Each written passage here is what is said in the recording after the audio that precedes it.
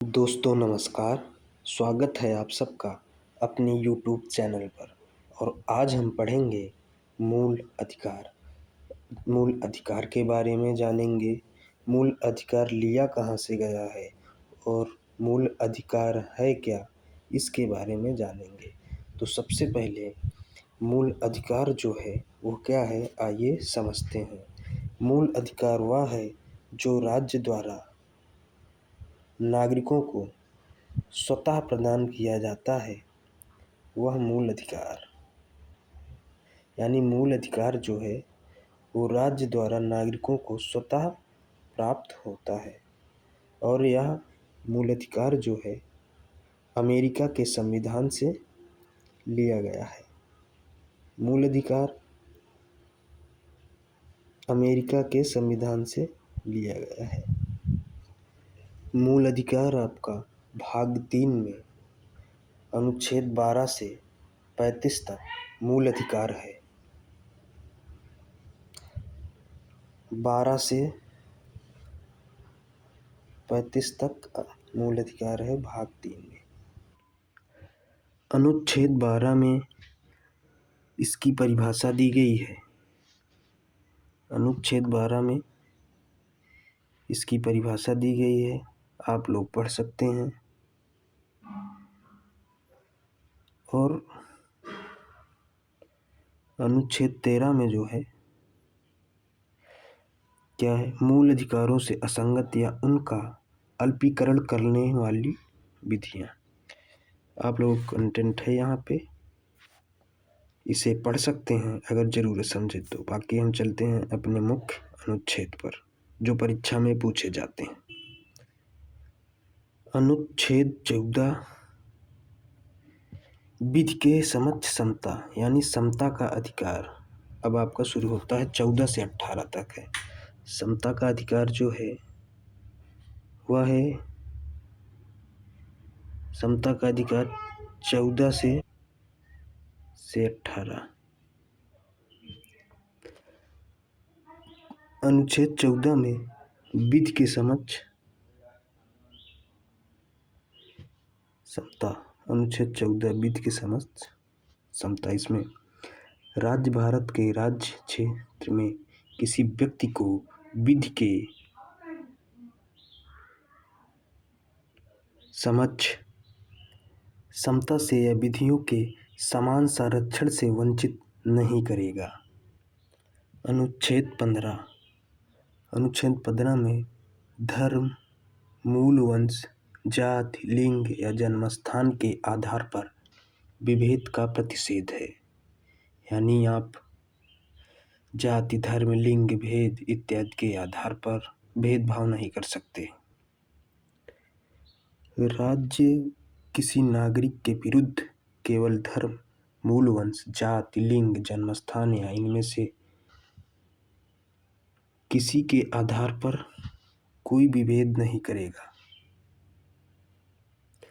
अनुच्छेद 16 लोक नियोजन के विषय में अवसर की समता। इसमें राज्य के अधीन किसी भी पद पर नियोजन या नियुक्ति से संबंधित विषयों में सभी नागरिकों के लिए अवसर की समता होगी।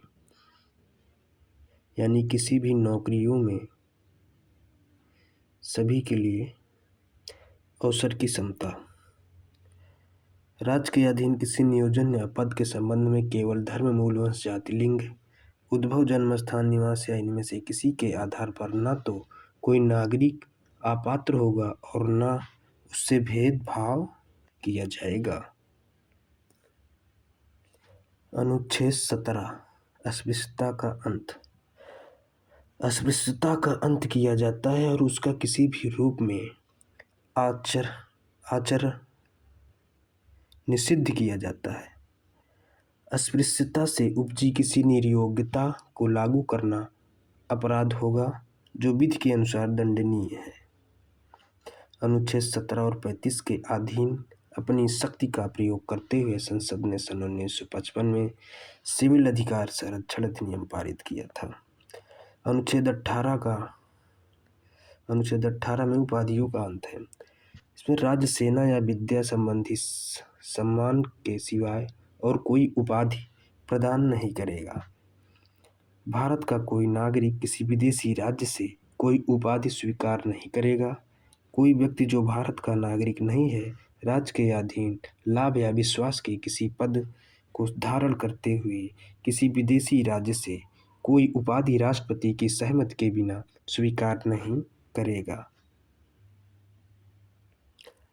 राज्य के अधीन लाभ या विश्वास का पद धारण करने वाला कोई व्यक्ति किसी विदेशी राज्य से या उसके अधीन किसी रूप में कोई भेंट, उपलब्धि या पद राष्ट्रपति की सहमति के बिना स्वीकार नहीं करेगा।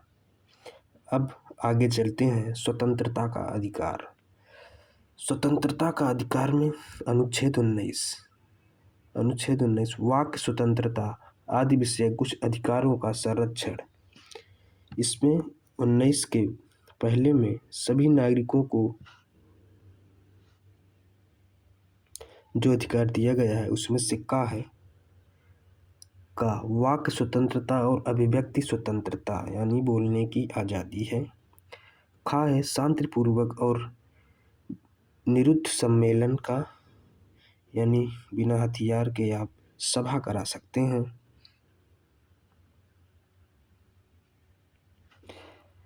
संगम या संघ या सहकारी समिति बनाने का, यानी कि आप कोई भी संघ बना सकते हैं। भारत के राज्य क्षेत्र में सर्वत्र आबाद संचरण, यानी कहीं भी घूम सकते हैं।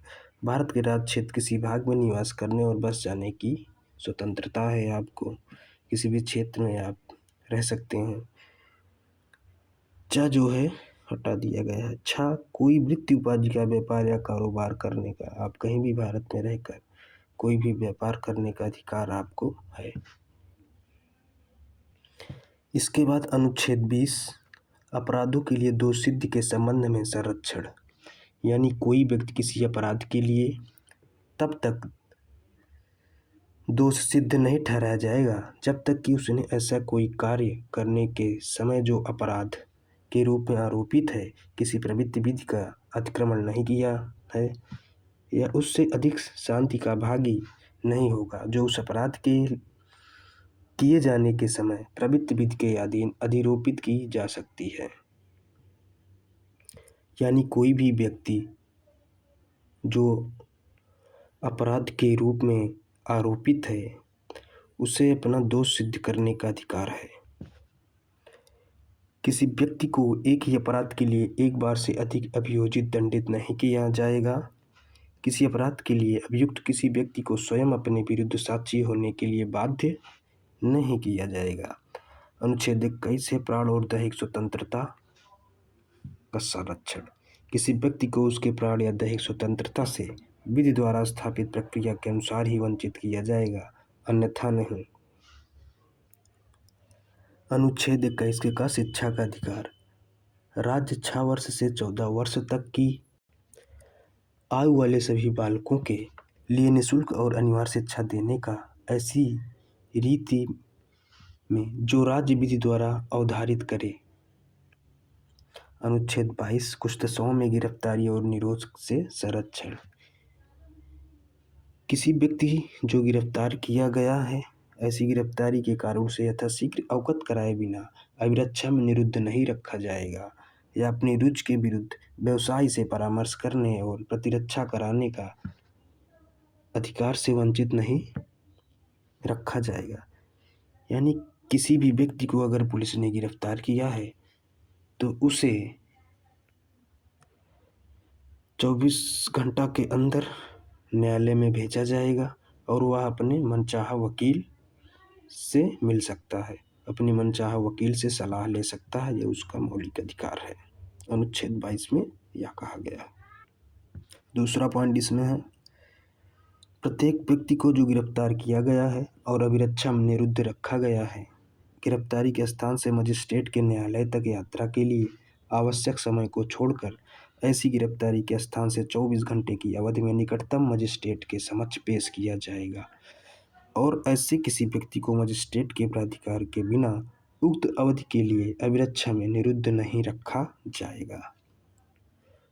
अगला है शोषण के विरुद्ध अधिकार, अनुच्छेद 23। अनुच्छेद 23 ही ये सब अनुच्छेद है।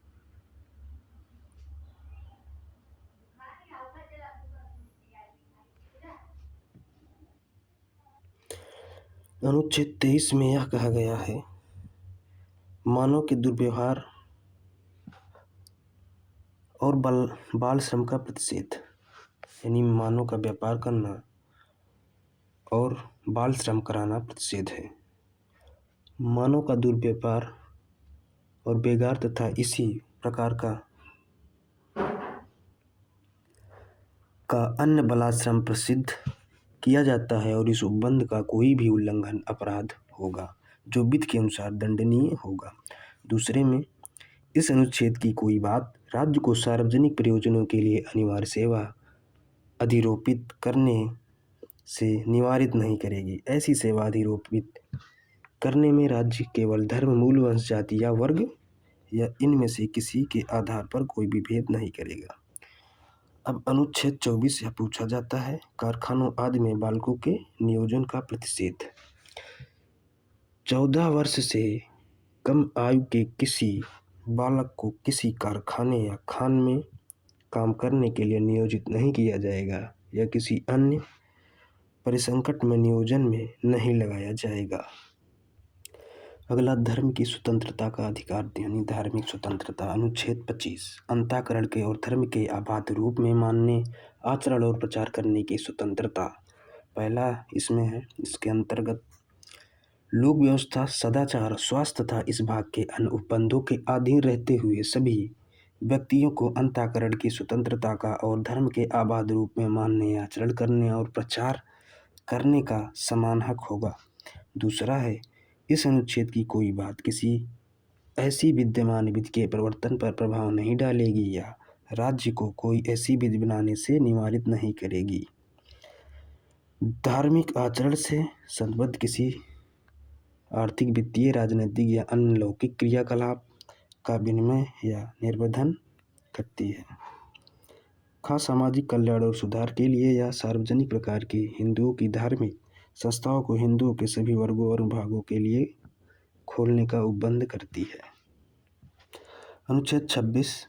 धार्मिक कार्यों के प्रबंधन की स्वतंत्रता, लोक व्यवस्था, सदाचार और स्वास्थ्य के अधीन रहते हुए प्रत्येक धार्मिक संप्रदाय या उसके किसी अनुभाग को, जिसमें पहला है धार्मिक और पूर्व प्रयोजनों के लिए संस्थाओं की स्थापना और पोषण का। दूसरा इसमें अपने धर्म विषयक कार्य का प्रबंधन करने का, जंगम और स्थावर संपत्ति के अर्जन और स्वामित्व का और ऐसी संपत्ति का विधि के अनुसार प्रशासन करने का अधिकार होगा। अनुच्छेद 27। किसी विशिष्ट धर्म की अभिवृद्धि के लिए करों या संदाय के बारे में स्वतंत्रता, किसी भी व्यक्ति को ऐसे करों का संदाय करने के लिए बाध्य नहीं किया जाएगा जिनके आगम किसी विशिष्ट धर्म या धार्मिक संप्रदाय की अभिवृद्धि या पोषण में व्यय करने के लिए वे निर्दिष्ट रूप से विनियोजित किए जाते हैं। यानी आपका जो ये फाउंडेशन बनाया जाता है वो इसके अंतर्गत आता है। धार्मिक फाउंडेशन इसमें कर नहीं लगता है। अनुच्छेद 28। कुछ शिक्षा संस्थाओं में धार्मिक शिक्षा या धार्मिक उपासना में उपस्थित होने के बारे में स्वतंत्रता। इसमें आप लोगों को ये दिया गया है, आप अगर चाहें तो इसको पढ़ सकते हैं। इसमें पहला है, राजनीति से पूर्णतः पोषित किसी शिक्षा संस्था में कोई धार्मिक शिक्षा नहीं दी जाएगी। दूसरे में कहा गया है, कोई बात ऐसी शिक्षा संस्था को लागू नहीं होगा जिसका प्रशासन राज्य करता है, किंतु जो किसी अभिन्यास या न्यास के अधीन स्थापित हुई जिसके अनुसार उस संस्था में धार्मिक शिक्षा देना आवश्यक है। तीसरा, राज्य से मान्यता प्राप्त या राजनीति से सहायता पाने वाली शिक्षा संस्था में उपस्थित होने वाले किसी व्यक्ति को ऐसी संस्था में दी जाने वाली धार्मिक शिक्षा में भाग लेने के लिए या ऐसी संस्था में या उससे संलग्न स्थान में की जाने वाली धार्मिक उपासना में उपस्थित होने के लिए तब तक बाध्य नहीं किया जाएगा जब तक कि उस व्यक्ति ने या यदि वह अवयस्क हो तो उसके संरक्षण ने इसके लिए अपनी सहमत नहीं दे दी है। अगला अनुच्छेद 29 है संस्कृत और शिक्षा संबंधी अधिकार। अनुच्छेद 29 अल्पसंख्यक वर्गों के हितों का संरक्षण। भारत के राज्य क्षेत्र या उसके किसी भाग के निवासी नागरिकों के किसी अनुभाग को जिसकी अपनी विशेष भाषा, लिपि या संस्कृति है उसे बनाए रखने का अधिकार होगा। राज्य द्वारा पोषित या राज्य निधि से सहायता पाने वाली किसी शिक्षा संस्था में प्रवेश से किसी भी नागरिकों को केवल धर्म, मूल, वंश, जाति, भाषा या इनमें से किसी प्रकार के आधार पर वंचित नहीं किया जाएगा। अनुच्छेद 30 शिक्षा संस्थाओं की स्थापना और प्रशासन करने का अल्पसंख्यक वर्गों का अधिकार। धर्म या भाषा पर आधारित सभी अल्पसंख्यक वर्गों को अपनी रुचि की शिक्षा संस्थाओं की स्थापना और प्रशासन का अधिकार होगा। अनुच्छेद 31 संपत्ति का अनिवार्य अर्जन। संविधान 44वां संशोधन अधिनियम 1978 की धारा 6 द्वारा इतनी तारीख को इसे निश्चित कर दिया गया 20/2/1979। अनुच्छेद 31 का में संपदावाद के अर्जन के लिए उपबंध करने वाली विधियों की व्यावृत्ति दी गई है, इससे आप पढ़ सकते हैं। अगला है संवैधानिक उपचारों का अधिकार।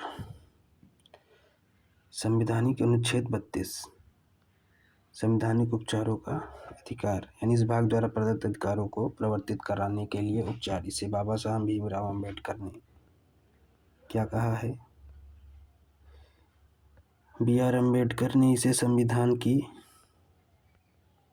आत्मा कहा है। अनुच्छेद 32 को, ठीक है, यह ध्यान में रखना।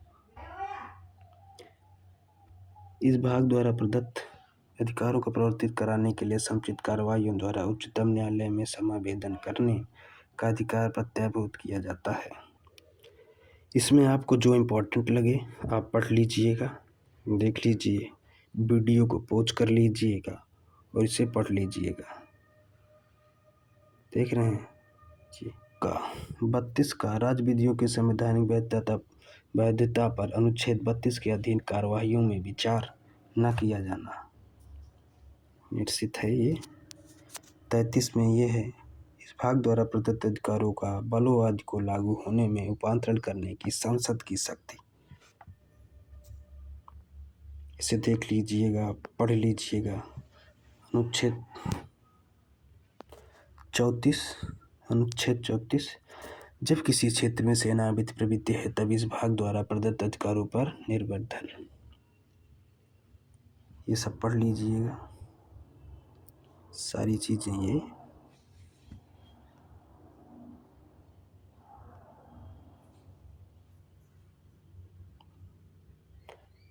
आगे चलते हैं।